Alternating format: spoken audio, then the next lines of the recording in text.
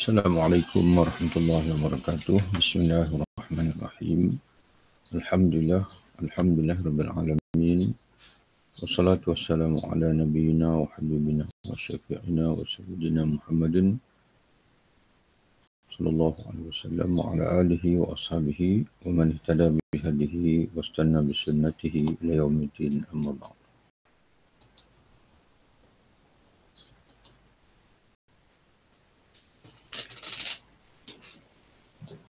Perhatikanlah kerajaan langit agar anda mengetahui berbagai keajaiban, kemuliaan dan keperkasaan Allah. Janganlah anda mengira bahawa makna memerhati kerajaan langit itu ialah dengan mengarahkan pandangan mata kepadanya, lalu anda melihat birunya langit dan bersinarnya cahaya bintang. Kerana bintang pun bisa melihatnya dengan mata.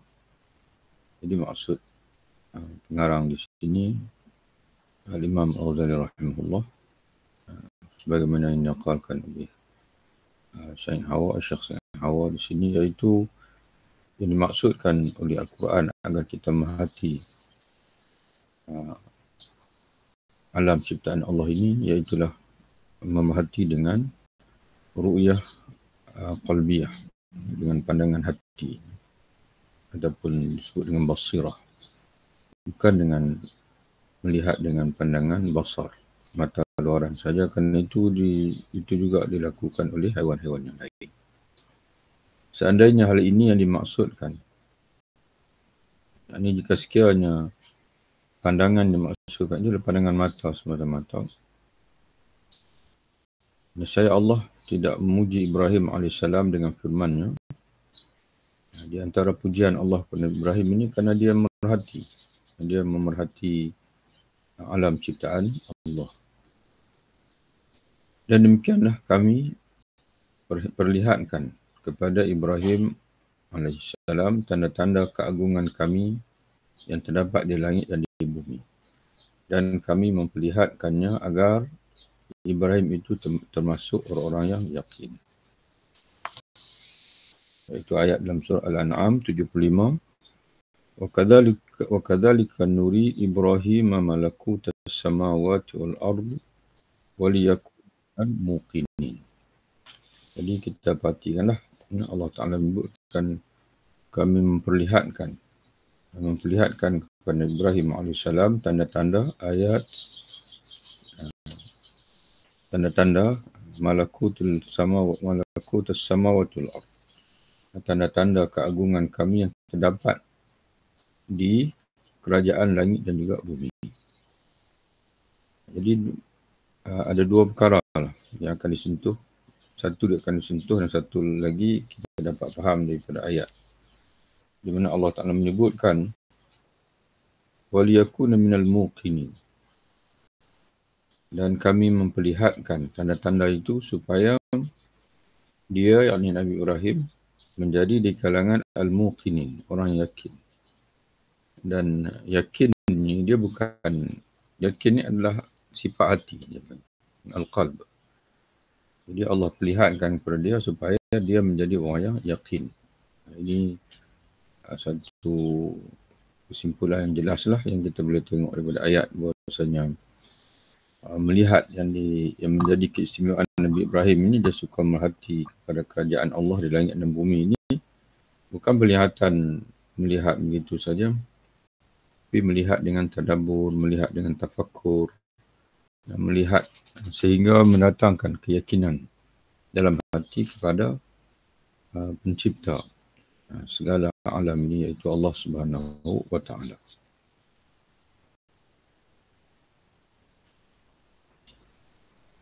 Sekarang tidak dipanggil, tidak, mana bukan begitu, bukan itu yang dimaksud, bukan melihat dengan mata saja, tapi melihat dengan mata hati.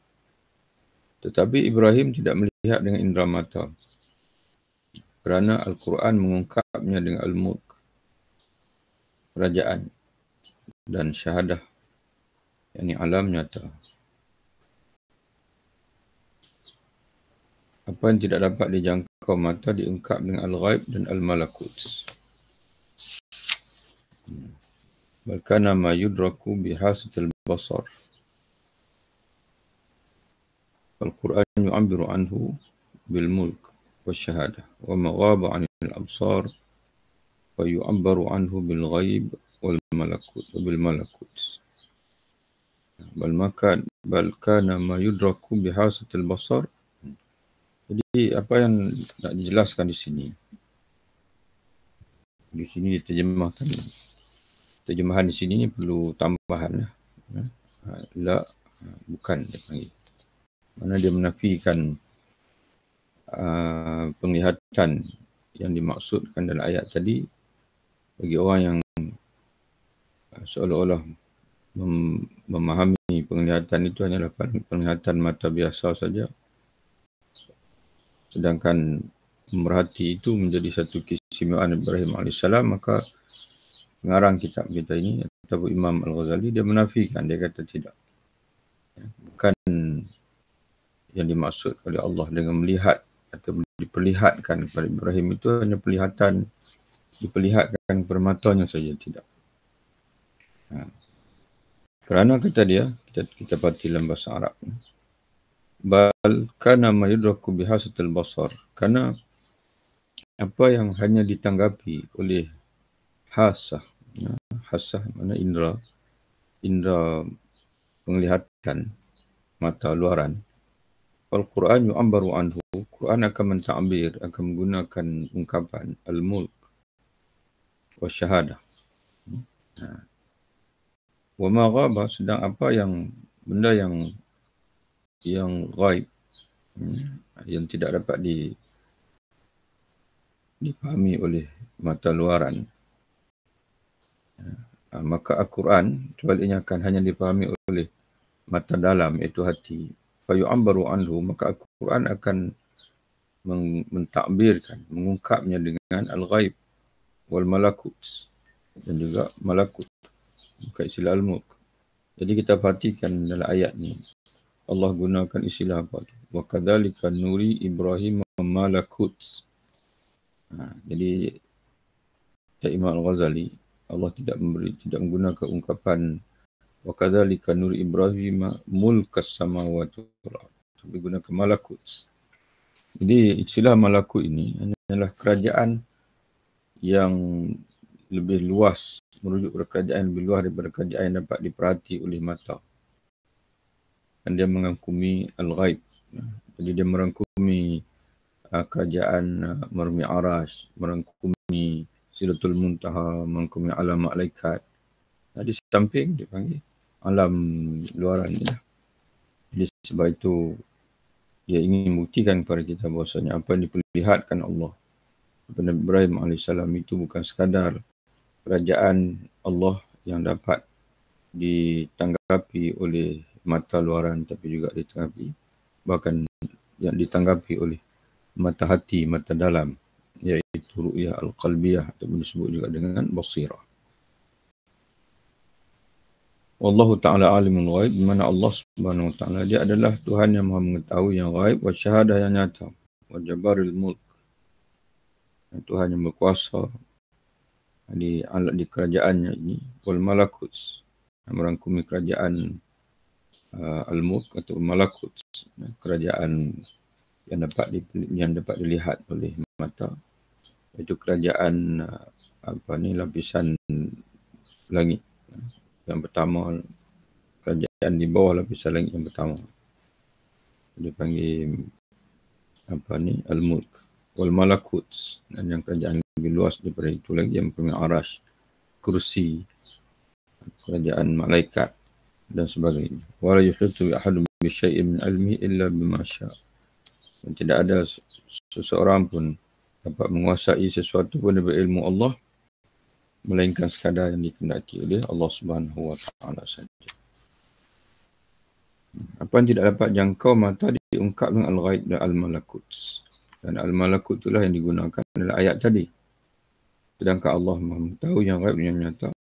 Tidak ada seorang pun yang bisa meliputi sesuatu, yang meliputi, yang menguasai, yang menjangkaui sesuatu sesuatu dari ilmunya, ini ilmu Allah, melainkan dengan apa yang dia kehendaki. Melainkan dengan sekadar kena tambah situ, melainkan dengan apa yang dia kehendaki, dengan sekadar yang dikehendaki oleh Allah Ta'ala. Dia adalah Tuhan yang mengetahui yang ghaib, maka dia tidak memperlihatkan kepada seorang pun tentang yang ghaib itu kecuali kepada Rasul yang diridainya. Alimul ghaibi wasyahadah, alimul ghaibi fala yuzhiru ala ghaibi ahadan illa man irtada min rasulin. Sekarang angkatlah kepalamu ke langit dan perhatikanlah dia berikut. Perhatikanlah ia diikuti gugusan bintang menepati langit dan diikuti dengan mati gugusan bintang, matahari dan bulan. Renungkanlah jumlah bintang-bintang, aneka ragam warna, yang sebahagian cenderung kemerah-merahan, sebahagian yang lain cenderung ke putih-putihan, sebahagian lagi cenderung ke warna abu-abu, rasas, warna timah. Kemudian perhatikanlah bentuknya. Sebahagian berbentuk kalajengking. Ini wujud pada burus lah. Wujud pada burus. Bentuk kalajengking. Sebahagian lain berbentuk unta, serigala, singa dan manusia. Berbagai keajaiban langit tak dapat dihitung banyaknya. Apa yang telah kami paparkan tidak lain hanyalah mengingatkan jalan berfikir saja.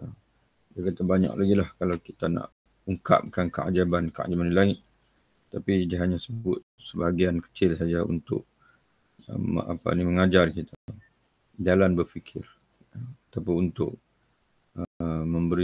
untuk membangkitkan intibah kita. Panggil kesedaran dalam hati kita. Bahawasanya perlunya kita berfikir, bertafakur agar keyakinan kita kepada Allah ini sentiasa baru dan juga sentiasa bertambah. Di samping kita berzikir kepada Allah Subhanahu wa Ta'ala.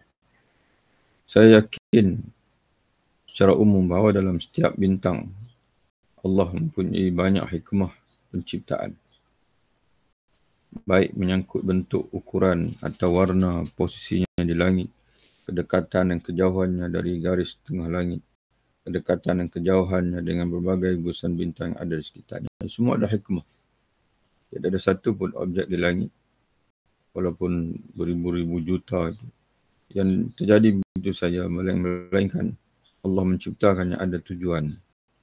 Ada dia panggil peranannya dari segi keseimbangan alam sebagai contohnya. Dari segi keseimbangan alam, di mana kalau satu bintang itu pecah ataupun mati, biasanya akan diganti oleh Allah dengan bintang yang baru. Masing-masingnya ada hikmah yang tersendiri. Apa yang berlaku di alam ini bukan berlaku dengan begitu sahaja. Kemudian perhati kalau bentuknya. Analogikanlah hal tersebut.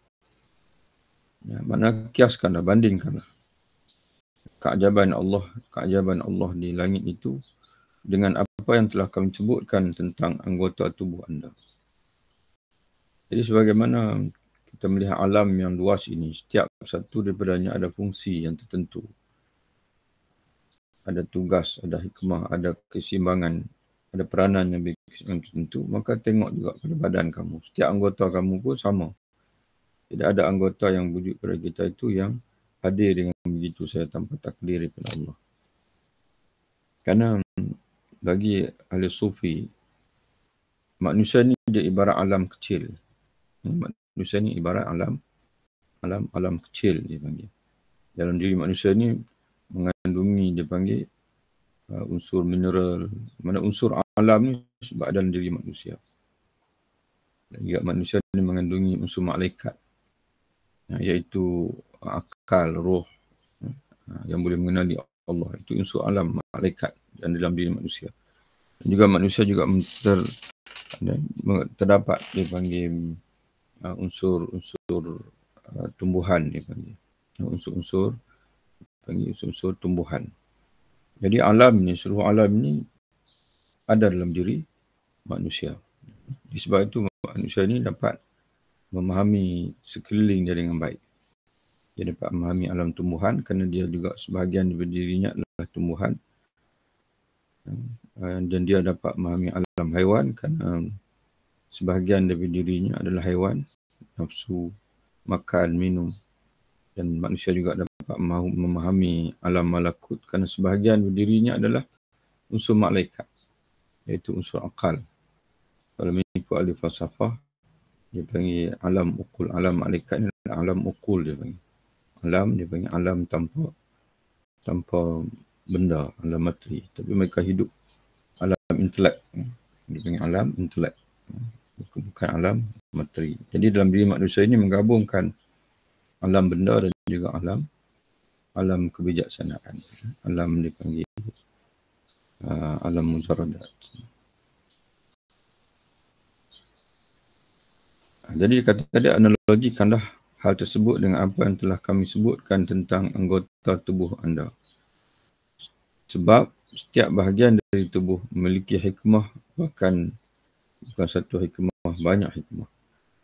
Apalagi perkara langit jauh lebih besar, tak dapat dibandingkan alam bumi. Janganlah anda melihat semata-mata kepada langit dengan keagungannya dan bintang-bintangnya yang banyak itu. Tapi lihatlah kepada penciptanya. Bagaimana dia menciptakannya, kemudian menahannya, makna memegangnya, menjaganya tanpa tiang dan tali yang kamu lihat. Jadi sekali lagi dia mengulangi bahawa jangan lihat dengan pandangan mata saja, lihat dengan pandangan mata hati. Ru'yah al-qalbiyah ataupun disebut juga dengan istilah basirah. Al-basar itu pandangan mata, al-basirah pandangan mata hati. Maha suci Tuhan yang mengenalkan para hamba-Nya apa yang telah diperkenalkannya. Kemudian berfirman kepada mereka semua, dan tidaklah kamu diberikan ilmu melainkan sedikit. Wa ma utitu minal ilmi illa qalila. Jadi subhanallah, subhana man arrafa ibadahu ma'arrafa summa khataba jami'ahum. Maha suci Allah yang telah memberi ma'rifah kepada hamba-hambanya dengan ma'rifah yang ada dalam Quran. Sebagaimana dia kendaki. Kemudian dia berkata, wa ma utitu minal ilmi illa qalila, dan tidaklah kamu diberikan daripada ilmu melainkan sekadar sedikit saja.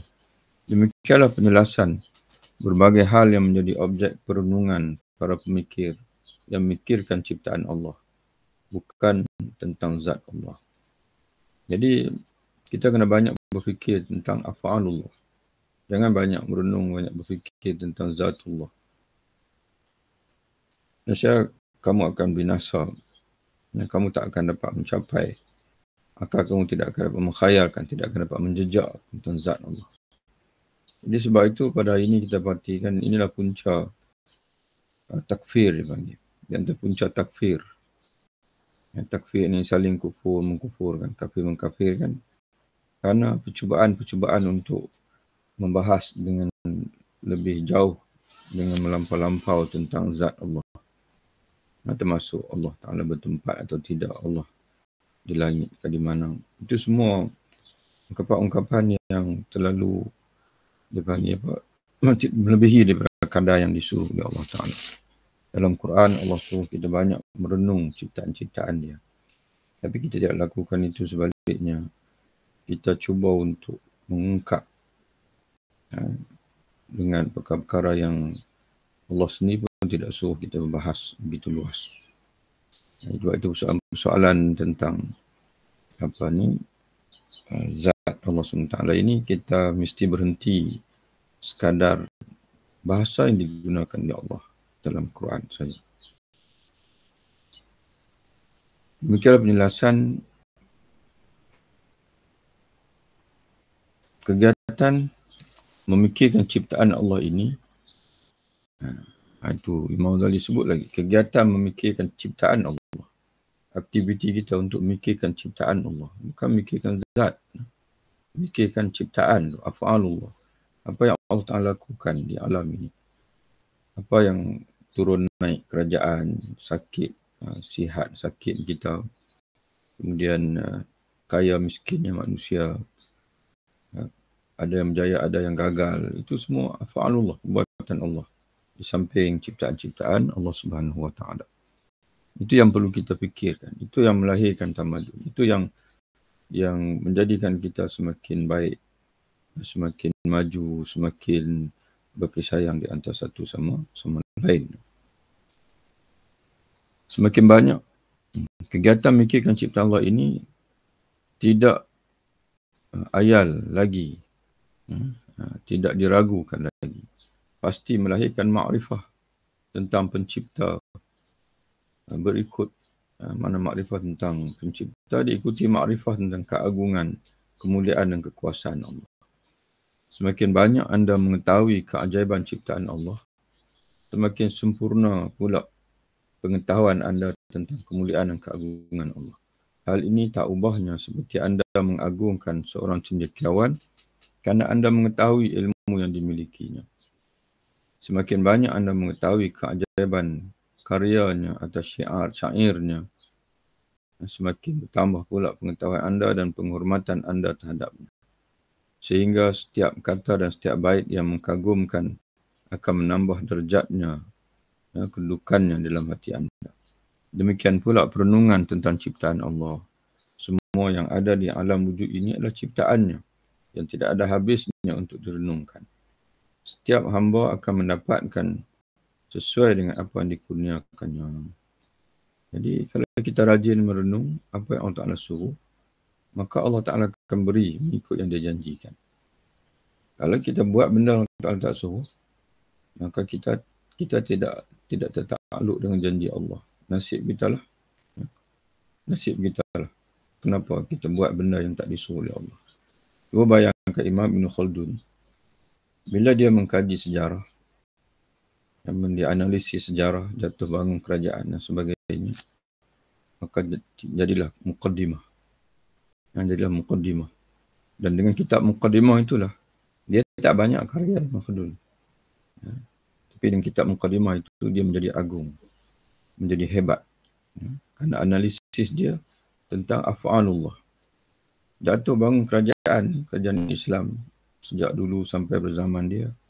Itu semua di antara apa yang berlaku sejarah itu di antara af'alullah.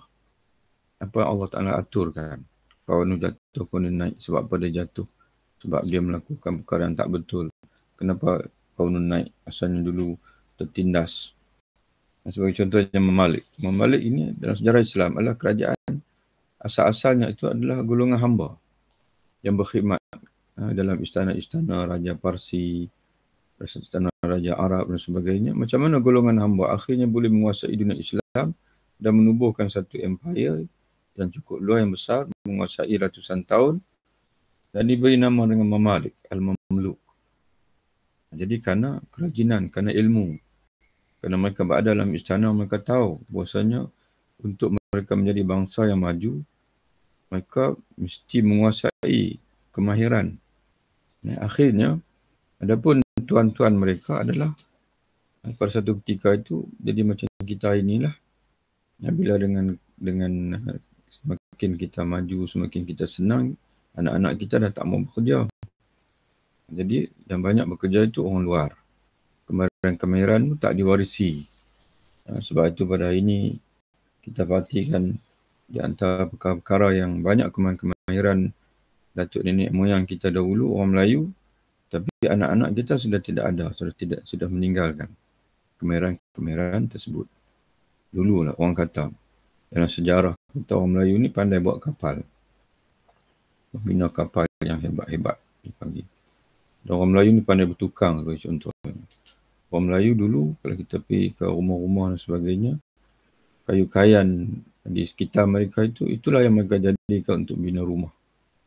Tapi hari ini, sudah tidak ada lagi kemahiran yang sebegitu. Sebagai contoh, kerana dipanggil, bila masyarakat itu semakin malas, maka dia terlalu bergantung pada teknologi, bergantung pada benda. Dia tidak lagi memerlukan kepada kemahiran. Jadi menyebabkan kemahiran itu ditinggalkan. Berbeza dengan bangsa-bangsa lain yang mereka kembali untuk mencungkil kembali, mengambil kembali sejarah mereka.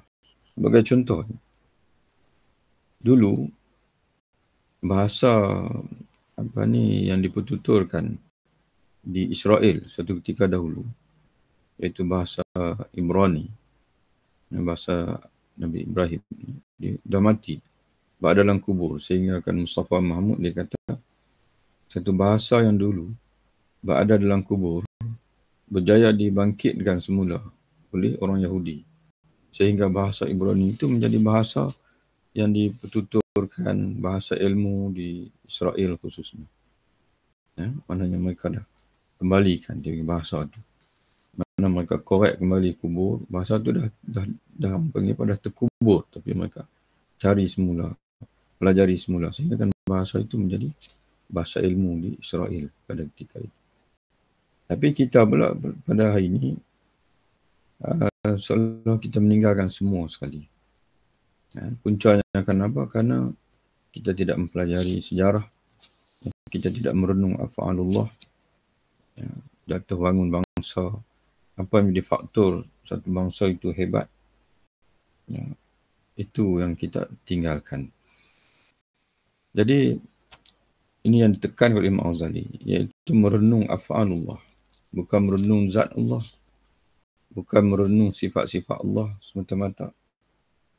Sifat-sifat Allah SWT itu dipelajari mengikut yang ada dalam Quran saja. Sekadar itu saja. Tak perlu kita nak melebar-lebarkan lagi, kerana tidak akan dapat dijangkau oleh akal fikiran manusia. Sebaliknya kita kena balik pada apa yang ditekan oleh Imam Ghazali, iaitu merenung af'alullah, kejadian-kejadian Allah, perbuatan-perbuatan Allah Subhanahu wa Ta'ala. Semua hal yang kita perhatikan juga diperhatikan oleh orang-orang penganut naturalism, sehingga cara terjemahan kepada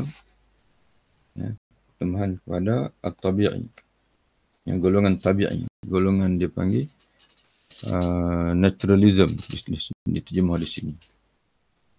Sehingga cara pandangnya yang naturalistik itu menjadi sebab kesesatannya. Jadi mereka melihat alam ni berlaku, kata mereka, kerana begitu. Alam ni adalah berlaku dengan tabiat. Tabiat bukan ada pencipta, bukan disusun, ditakdir, ditentukan oleh pencipta, tidak. Dia berlaku dengan dipanggil dengan undang-undang, dengan sunnah, dipanggil sunnah alam. Dengan peraturan alam. Peraturan alam begitu. Api membakar. Makanan mengenyangkan.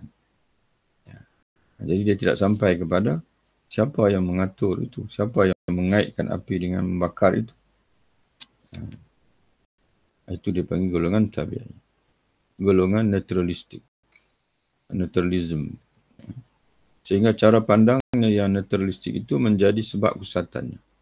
Sedangkan orang yang mendapat taufik dari Allah memandangnya dengan cara pandang yang benar, sehingga menjadi sebab hidayah dan kebahagiaan. Tidaklah sebutir atom, terjemah berzarah, di langit atau di bumi, kecualinya dengan Allah menyesatkan dan beri hidayah siapa yang dia kehendaki. Jadi setiap apa yang ada di depan kita ini, ada orang yang menjadi sesat dan ada orang yang mendapat hidayah. Itu yang Allah Ta'ala sebut dalam surah Al-Baqarah. Inna Allah la yastahi yadriba masalan ba'udatan fama fawqahu. Fa'amma alladhina amanu faya'lamuna annahu al-haqqu min rabbihim wa amma alladhina kafaru fayaquluna madha arada Allah bihadha masalah. Jadi Allah Ta'ala menyebutkan dengan contoh yang Allah Ta'ala berikan seekor nyamuk itu, orang beriman akan bertambah imannya. Fa'amal ladzina amanu, adapun orang beriman, faya'lamuna, maka dia mengetahui bahasanya itu adalah kebenaran daripada Tuhan mereka. Wa amal ladzina kafaru, adapun orang kafir, kata Allah, fayaquluna madza arada Allah bihadza masalah. Apa yang Allah Ta'ala nak dengan memberi contoh misalan yang kecil ini, nyamuk ini. Jadi sebab itu kalau kita renung dengan nyamuk itu, kita boleh menambahkan iman. Ya. Dan merenung seekor nyamuk itu, kecanggihannya itu melebihi daripada kapal terbang sebesar Boeing itu. Kecanggihan seekor nyamuk itu dari segi terbangnya, dari segi alat pengesanannya. Sebab itu nyamuk ini kalau kita perhatikan, dia pandangan dia infrared dia panggil. Bila kita selimut tubuh kita, dia panggil, dia tak akan terus datang kepada kita kerana dia tahu kita sedang dilapisi oleh selimut. Sehinggalah bila ada yang terdedah daripada tubuh kita yang terdedah, tidak lagi, kerana bila kita tidur, sudah tentu pergerakan kita nanti tanpa kita sedar itu akan menyebabkan kita terselak. Maka berarti itulah dia datang. Ya, pandangan dia. Ini Allah Ta'ala beri kepada dia alat pengesan. Kemudian bila dia nak suntik tu dalam darah kita ni, dia ada alat dia panggil yang menyebabkan dia mudah membeku apabila dia terdedah. Yang terdedah pada dia mudah membeku. Jadi macam mana untuk mengelakkan darah kita ni akan terbeku dalam saluran dia? Maka dia suntik dengan satu cairan. Allah Ta'ala berikan kepada satu cairan yang mencairkan darah. Dan kemungkinan konsep inilah mungkin wallahu'alam. Pada hari ini orang yang menghadapi kolesterol yang tinggi, darahnya pekat itu diberi makan dengan satu pil yang mencairkan darahnya supaya darahnya itu dapat lalui dengan elok di saluran jantung sebagainya yang banyak tersumbat, yang mengecil dan sebagainya itu. Jadi pada seekor nyamuk itu kecanggihan yang melebihi daripada mana-mana kenderaan yang dicipta oleh manusia yang dijadikan oleh Allah SWT. Di samping dia sangat halus tetapi sangat kompleks, sangat seni ciptaan-ciptaan dia itu. Jadi kata Imam Ghazali, tidaklah sebutir atom di langit ataupun di bumi kecuali dengannya Allah menyesatkan.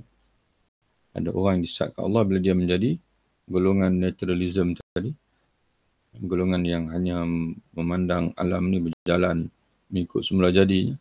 Dan dengan atom yang sama juga Allah beri hidayah siapa yang dikehendakinya. Siapa yang melihat perkara tersebut sebagai perbuatan Allah, maka ia akan mendapatkan makrifah tentang kemuliaan dan keagungan Allah serta mendapatkan hidayah dengannya. Barang siapa melihatnya semata-mata sebagai sesuatu yang saling mempengaruhi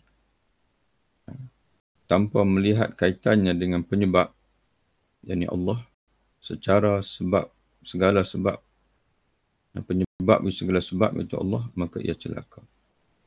Dia hanya mengaitkan api membakar. Api itulah yang membakar.